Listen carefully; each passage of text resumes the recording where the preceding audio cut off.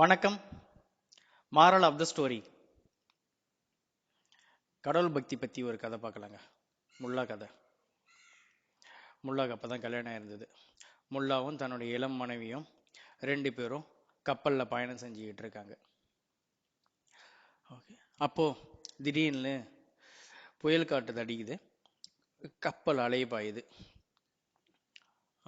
So எல்லாரும் பயப்படுறாங்க. முல்லாவோட மனைவியும் பதட்டமாக வராங்க. கப்பல் அசைகிறத பார்த்து பதட்டமாக வராங்க. ஆனால் முல்லா ரொம்ப இதுவாக இருக்கார், காமாக இருக்கார். உடனே மனைவி அது எப்படிங்க கப்பல் இது மாதிரி இது அலைஞ்சிக்கிட்டு இருக்கு, நீங்கள் எப்படி இவ்வளோ காமாக இருக்கீங்க, இவ்வளோ சாந்தமாக இருக்கீங்க அப்படின்னு கேட்குறாங்க. அதுக்கு முல்லா எந்த பதிலும் சொல்லலை. அவர் என்ன பண்ணார், தான் இடுப்பில் சொருகி வச்சிருந்த இது கட்டாரி, சின்ன கத்தி, அந்த கத்தி எடுத்துக்கிட்டு நேராக தான் மனைவியை குத்துறதுக்கு வராரு.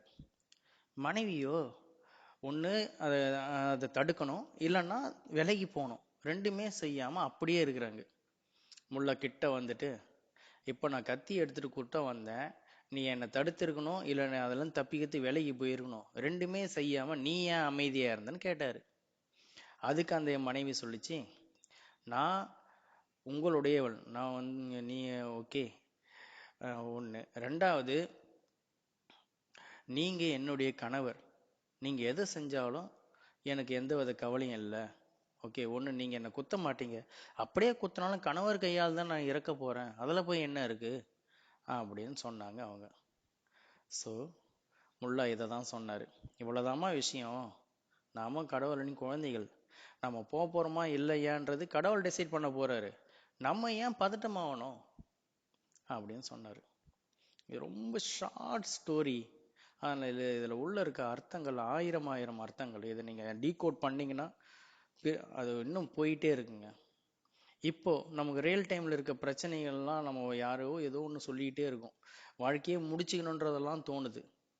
ஆனால் கடைசியாக கடவுள் என்ன டிசைட் பண்ணியிருக்காரு, நடக்க போகுதுன்ற ஒரு சின்ன யதார்த்தம் வந்தால் இந்த பிரச்சனையின் நடுவில் ஒரு சின்ன அமைதி வரும்.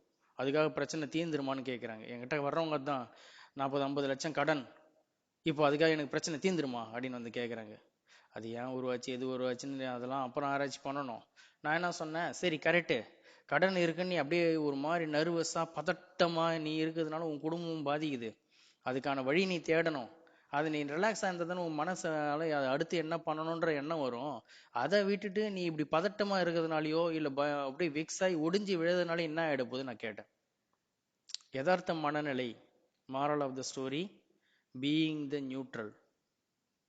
மீண்டும் விவாதிப்போம்.